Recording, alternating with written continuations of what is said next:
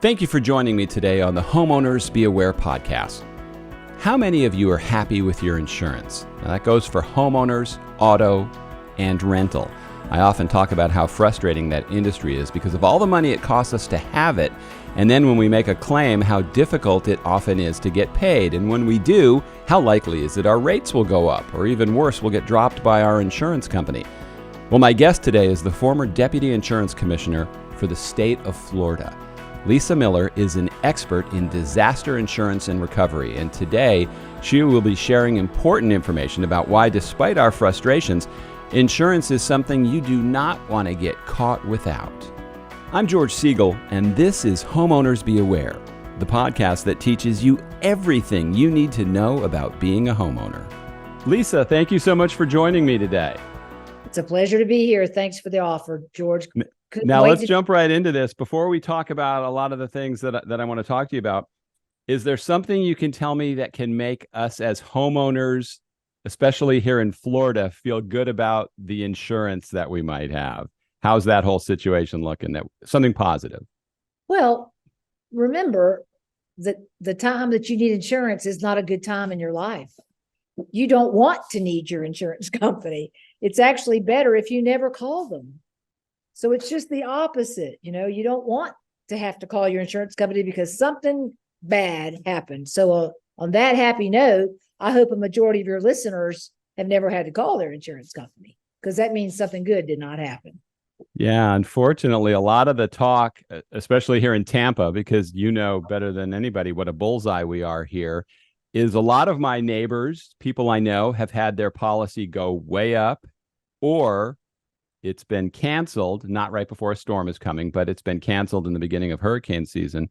What should we think about that? Why is it so difficult to get homeowners insurance? 3 reasons. There's 3 reasons why we have a tough time with homeowners insurance in Florida. One is the weather. Let's just face it. We're seeing more severe weather. Believe it or not, political persuasion, when it rains 25 inches of rain in Broward County in 6 hours, I can't remember a time in my lifetime where I've seen that kind of severe weather. That happened back in April of this year. So we could do nothing about it. The weather is the weather. We can do nothing about it. Secondly, you've probably read, and your readers have read, what the governor calls the billboard lawyers. You can't drive down Interstate 75 or I-4 or even some of the smaller roads without seeing a sign or a bus that has wrapped around it, call so-and-so law firm, and let that law firm help you with your insurance problems. So the lawyers that the governor was targeting and that frustrated him, they basically probably got a little too greedy, and the governor worked with the legislature to pass laws to stop or to attempt to stop frivolous litigation. So think about this statistic. Back in 2021, the insurance commissioner reported to the legislature that Florida had about 8% of all homeowners insurance claims in the country. 8%. We had 80% of all the lawsuits. 80%. So that's number 2. What is litigation going to do to us? Is it going to get better?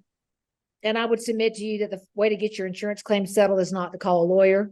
You can always call a lawyer, but give it some time to work out. And number 3, and this one's a little more technical, is the cost of reinsurance.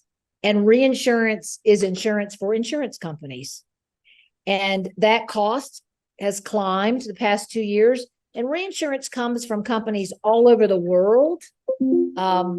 There's no regulation. They charge what the market will bear.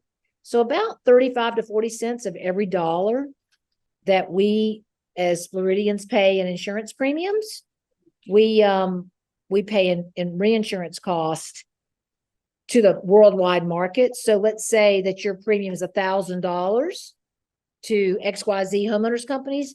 About $350 of that is used to pay the reinsurance premium of the insurance company that bought insurance to help them cover their claims when the time comes. Catastrophe insurance. You got me excited there for a second when you said $1,000. I go, I wish mine was only $1,000. Is there anything the legislature can be doing more than what they're doing? I know so much of this ends up being, when you talk about the cause, it ends up becoming a political debate. And personally, I don't care what the reason is. I just care about the result. And the result is we're paying a lot. So could the legislature be doing more? Absolutely. And, I want to applaud the legislature for what they've done so far. They've been very measured. There's a team of us that have been working with legislative staff and others and working very diligently to say to the legislature, if the cost of reinsurance, that was number 3 of the 3-legged stool that we just talked about, if the cost of reinsurance is 35 to 40 cents in the private markets, why wouldn't the state create state-backed reinsurance and bring that cost down to 10 or 15 cents? Florida has the only one of its kind reinsurance pool called the Florida Hurricane Catastrophe Fund. It has $17 billion in it right now, about 13 billion in cash and a few billion in bonds, but what's a few billion here or there? And they have the ability, the legislature has the ability to use some of that money for a way to bring down the cost of reinsurance. So, with the Florida Hurricane Catastrophe Fund and its ability to, maybe I should say, loan a couple of their billion, if you will, for state-backed reinsurance purposes and bring the cost of reinsurance down to, say, 10 or 15 cents, that's one idea. If we bring that reinsurance cost down, I'm not going to say it's going to reduce premiums, but it'll slow down the insurance increases. The second thing we could do, now I know this is really technical, but there's about 50 insurance companies that write all of our 7.5 million property insurance policies in our state. We have 7.5 million. California's got 12 to 14 million property homeowners insurance policies. The insurance companies that buy reinsurance, they spend about $1.5 billion on the current state-backed reinsurance.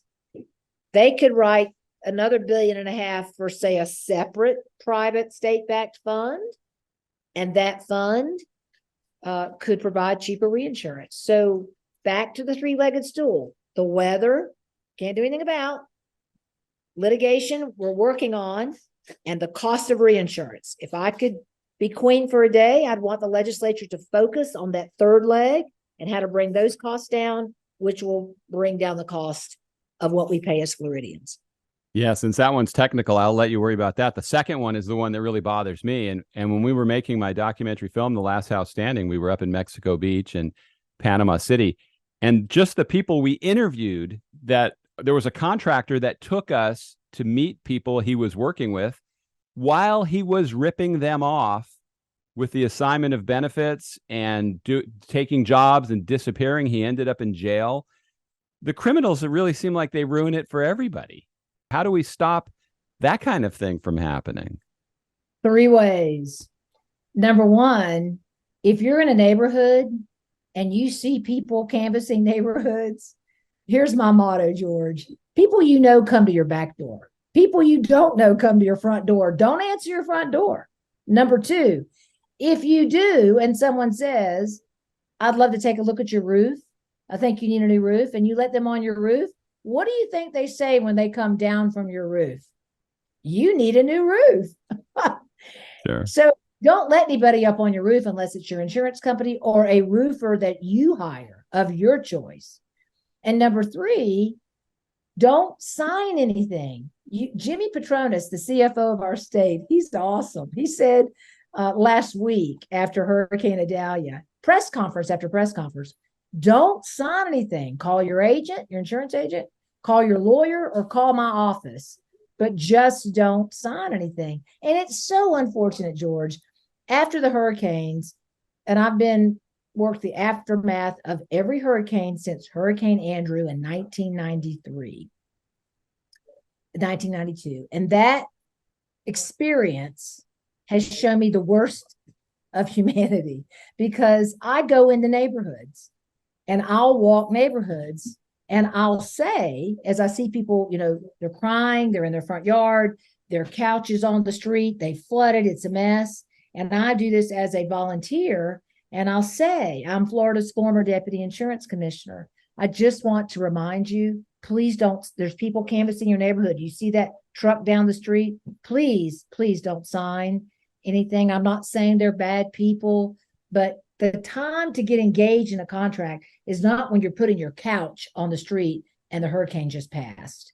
So if your viewers hear nothing else about what I'm talking about, I just looked at another one today. I had a colleague send me a document, beautiful document, had all the nice wording in it, but it says, I hereby assign all of my rights of my insurance policy and my privilege to sue an insurance company to this company.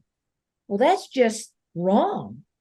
And it was signed before the new law went into effect, January 1. And the person signed it. It's very difficult to get out of them, George. Yeah, it is. And there should be a special place in where for anybody that preys on victims of a disaster. We talked to one person, they charged them $10,000 to put a tarp on their roof. In most neighborhoods, your neighbors will help you do that, fortunately, if they're okay. But to have somebody drive around and do that just makes me sick. And I really would like to see that come to a stop. And that brings up another issue. When your homeowner signs documents so allows a third party to get involved in a claim, the insurance company can't talk to that homeowner anymore. That document that I talked about reading this morning said all correspondence, verbal, written, and otherwise, shall go through XYZ company. That effectively shuts down the insurance company from talking to their homeowner. You know why that document wanted to say that? Because they want to control it. And they know the longer they draw this claim out, the more expensive that claim and the more money they make. So keep that in the back of your head. When you hear somebody say, I can't get the insurance company to call me. Well, if you signed a document that says they can't, then they can't. If we had another big hurricane, and we almost did, I know Adalia, we were looking at that again here in Tampa. It's like, Russian roulette. Eventually the gun's going to go off here. How bad would the whole situation have been, in your opinion, if it had hit here? I close my eyes and I shudder to think of how bad it would have been. I grew up in Hillsborough County. I know every crack in the pavement in Hillsborough County, and the devastation to that area would have been billions and billions of dollars. And, you think about, it hit in a very lowly populated area, Adalia did. And those poor people, for us to sit here and say we were lucky it didn't hit us, we don't say that. We can't say that. We say it's sad that it hit these other people and we hope they can recover. But I think what we have to remember is we cannot control this weather. There's nothing we can do about it. We can talk about, stopping energy issues, energy policy. That's not for this podcast. So what do we have to do as homeowners? What do we need to do? We need to fortify our homes. I just had my roof replaced to a metal roof. I took out a loan. I had a shingle roof. I'm scared of hurricanes. I know what they can do. And I strapped it down, and that roof ain't going nowhere. There's a category 6.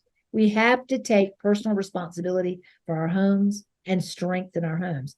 And if you're building, your motto should be build higher and stronger, because the weather is relentless.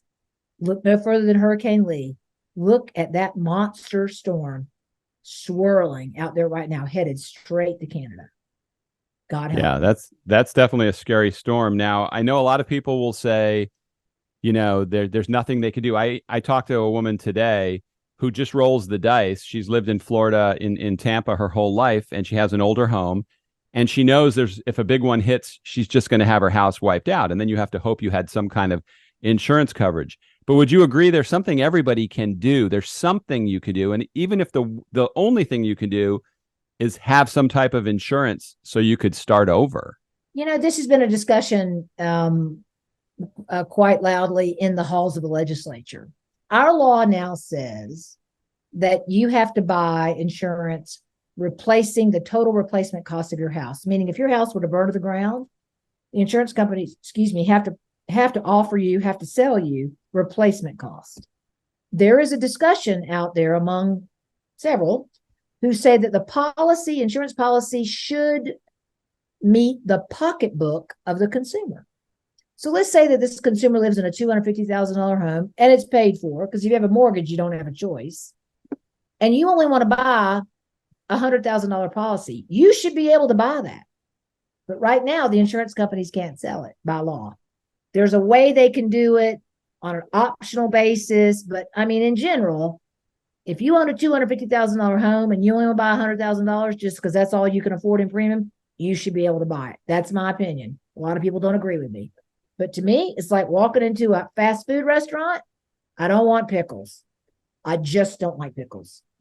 Just saying. Well, yeah, I mean, I would think that would be a no-brainer that people would be able to do that. When we look at what happened though with Michael and we look at what happened with Ian, what I heard from people was if they had the flood insurance policy and they also had hurricane coverage under their regular policy, those two entities would quite often fight to see who had to pay that claim.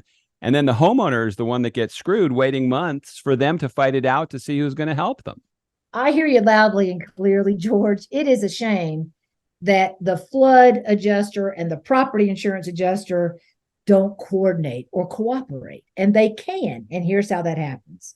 The homeowner has to demand that it's like scheduling an appointment with the dentist. Okay. You want a certain hygienist.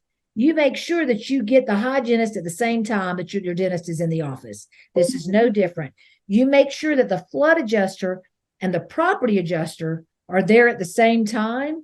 And if they start fighting, say, whoa, whoa, whoa, we're not having a fight. You're not leaving until I know who's going to take responsibility for this and who's going to take responsibility for that. It is up to our homeowners, and whether they call their, son who happens to be a really strong personality, or their daughter, if the homeowner doesn't feel comfortable doing it, call someone who's good at managing people, because that's all this is. You're managing that claim. You're managing the flood part and the wind part, if you will.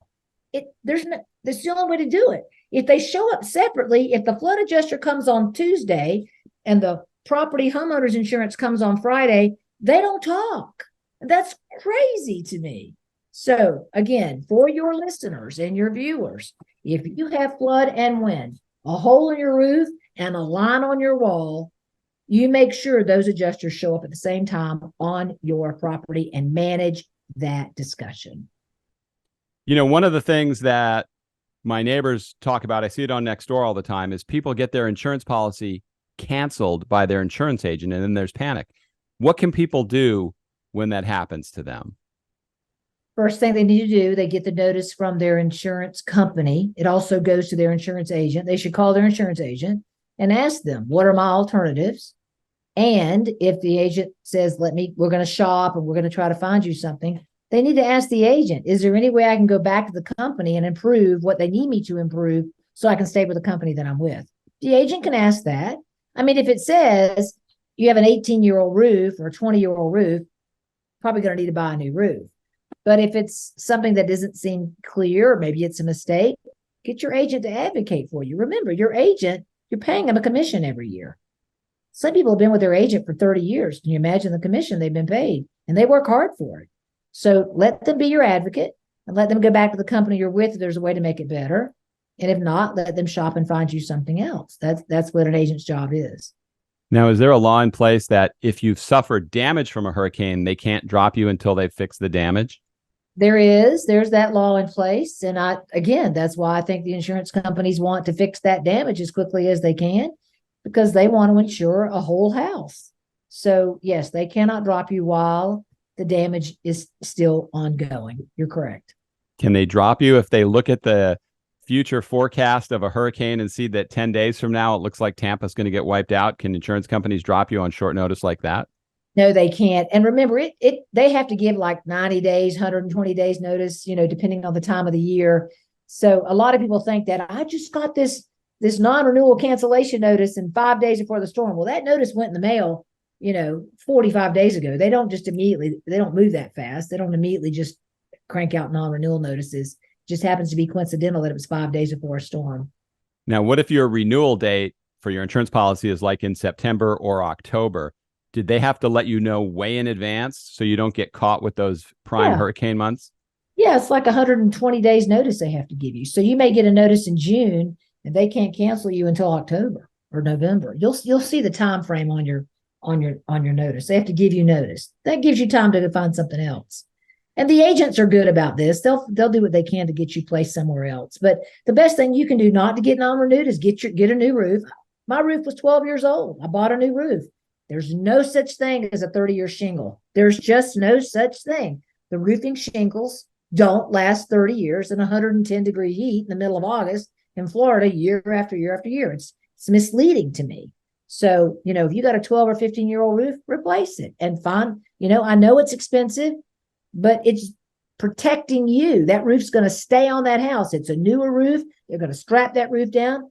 Your roof comes off your house, all bets are off. Keep your roof on your house, and you do that with a new roof. And I like to have as much time as in advance as possible to panic. I don't want to panic at the last minute. I got you, George. Well, we'll do what we can to keep our home safe and to make ourselves safer before that storm comes, for sure. I was reading about Citizens Insurance, and that's an option for people who can't get insurance. But you're saying there's some challenges or some issues with how that whole thing is run? Yeah, I mean, Citizens CEO is an incredible guy named Tim Serio, and you'll hear him testify in committees and in interviews. His job is to work himself out of a job.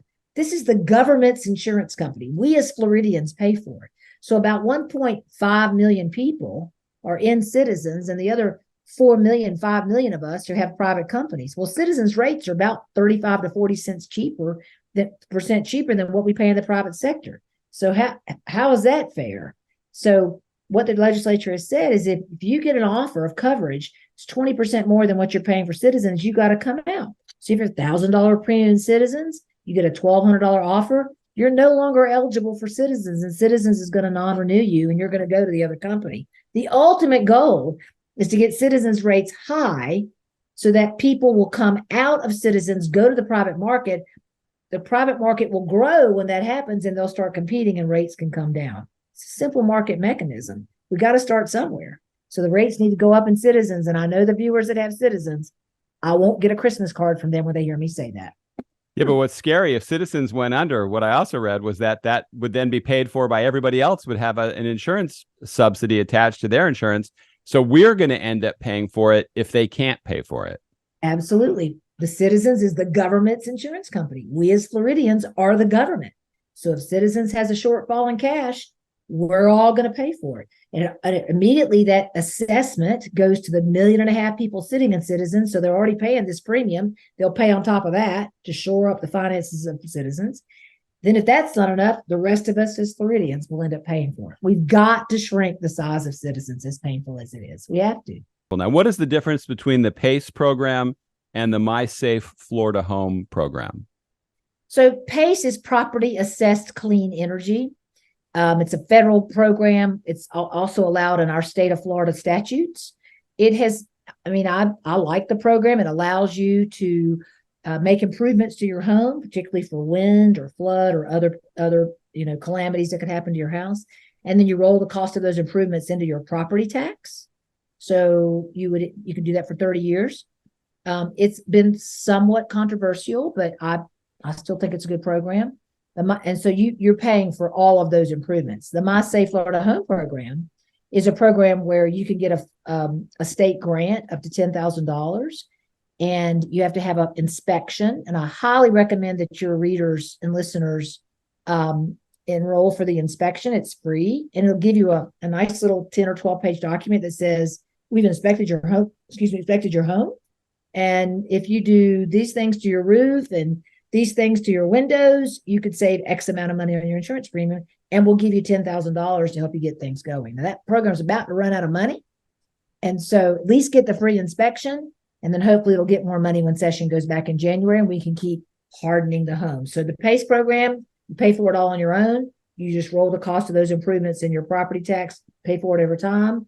The My Safe Florida program, there's a grant and a free inspection to make your home strong. It seems like the My Safe Florida Home might be one of the most important things. Every time there's a disaster, and we saw this down in Southwest Florida, we're probably seeing it again. in Cedar Key and those places, it's the older structures. It's houses that were built 40, 50 years ago that seem to get wiped out all the time. Could those people be helped by making those improvements, or are those houses just so behind the code that it might not make a huge difference? My house was built in 1976. I have what are called gable ends on my roof. Look at that triangle behind my head. That's typically what a gable end roof is. And I had braces like this put against that flat part of that triangle on either end of my house. That's the best I can do. So when the wind comes crashing into it, hopefully it'll keep my roof on. There's only certain things that you can do that an engineer or an inspector that's schooled in what to make that home stronger. But let's face it, some of these beautiful old, we call cracker houses, these beautiful nostalgic homes, when it's a Cat 4 or Cat 5, there's nothing we can do. And unfortunately, a lot of those homes, those beautiful old nostalgic homes, were right in the path of Hurricane Idalia, and those homes are gone. So the silver lining is that those homes will be rebuilt to the newer building code. The next time another one comes through, they'll hold up. But right now, when that wind comes crashing in, there's not a lot we can do. Now, I read the study that was done down in Fort Myers and Sanibel Island about how the newer structures actually held up pretty good, except for storm surge.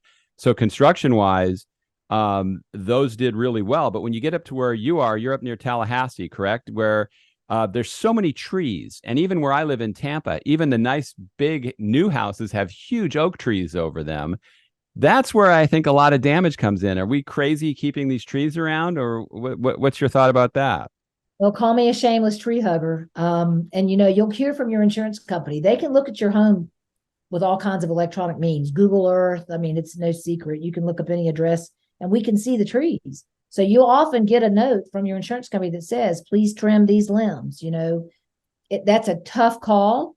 In my home, the person that had my house before I bought it, there were 17 pine trees in my yard, and the owner cut them all down because he had a senior aged mother that lived with him. And he told me I cut them all down because I couldn't afford for them to go through my house. But I have pine trees all around my house and my neighbors' yards. So tree damage is very real, and it is a problem. But insurance companies price for that and can give you fair warning that you need to do something about it before the storm comes. I mean, I'm sure you saw it. I'd never seen anything like it when I went up to Mexico Beach. All those trees driving into town that were literally chopped in half. It looked like a bomb went off there. It's terrible. I spent a lot of time because that area is only 90 miles, 100 miles from my house. So I drive up Highway 90 and go west, and it was very tough. And I spent a lot of time with people. Storms bring out the best and the worst in people. And you can only look no further than Hurricane Idalia. Some of the volunteers that are over there now just helping to clean up. You can grab a broom and you can sweep the sidewalk out in front of somebody's house who's senior and can't do it, and you've made a difference. Yeah, the volunteers, the first responders, I was really impressed here in Tampa when you see them preparing from a government perspective of what you're going to do after the storm. What my advocacy is more about is getting people prepared before it, so we could be proactive instead of reactive. And that's one of the last questions I want to ask you is I see this in Floridians, and because I only moved here in 2017, I just call myself one. People don't seem to think it's going to happen to them. There's that, well, that's the cost of living in paradise. But that kind of thought process can cause you to lose your biggest investment.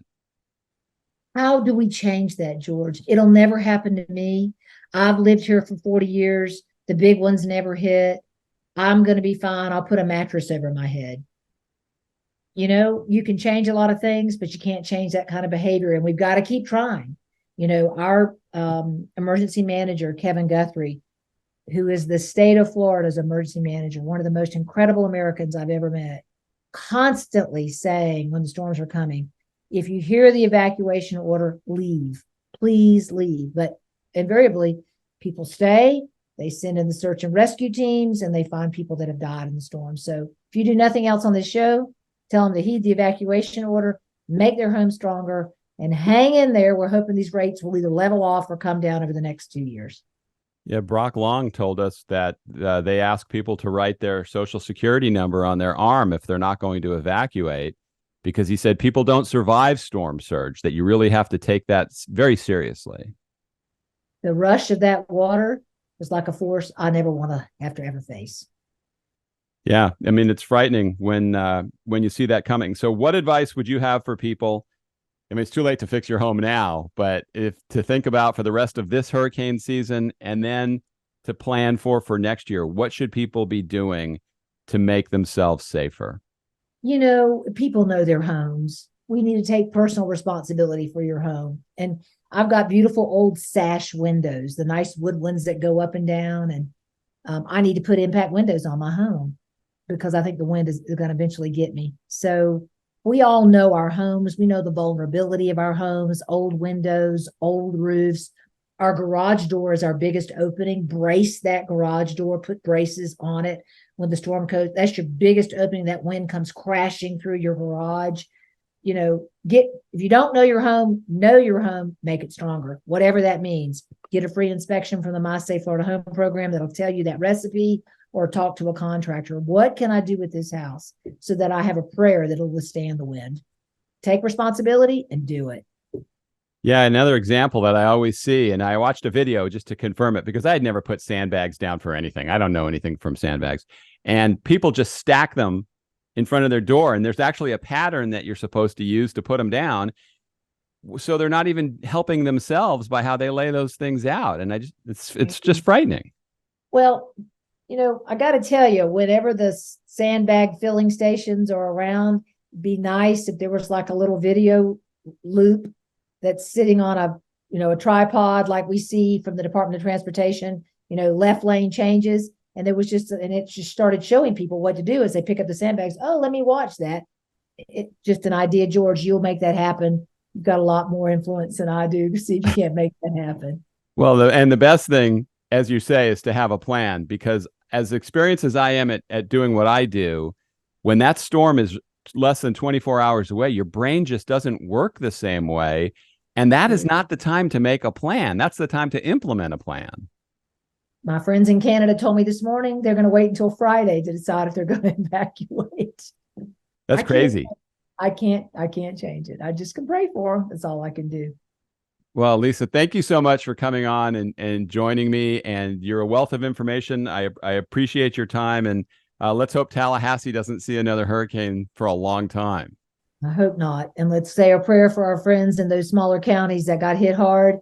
And I'm always here for you. Make sure you go to my website, lisamillerassociates.com, lisamillerassociates.com. I have a library there. You can sign up for my newsletter. A lot of what I do is just a public service because I believe I'm a Floridian first, and I want to do everything I can to help those that need it. So thank you for the time, George. I'll put those links in the show notes. And again, appreciate your time. Thank you so much. All right. Thank you. So here's an action item everyone should take after listening today. Go and actually read your insurance policy. When you come across things you don't understand, ask your insurance agent to explain them. Make sure you know the type of coverages you have and what the exclusions are. I know most of us don't like writing that check every month, but when a disaster hits, that may be one of the most important things we have. If you have a homeowner story, good or bad, there's a contact form in the show notes. Fill it out, and maybe you will be a guest on an upcoming episode. And please become a subscriber so you don't miss an episode. A new one comes out every Tuesday. Thanks for listening. See you next time.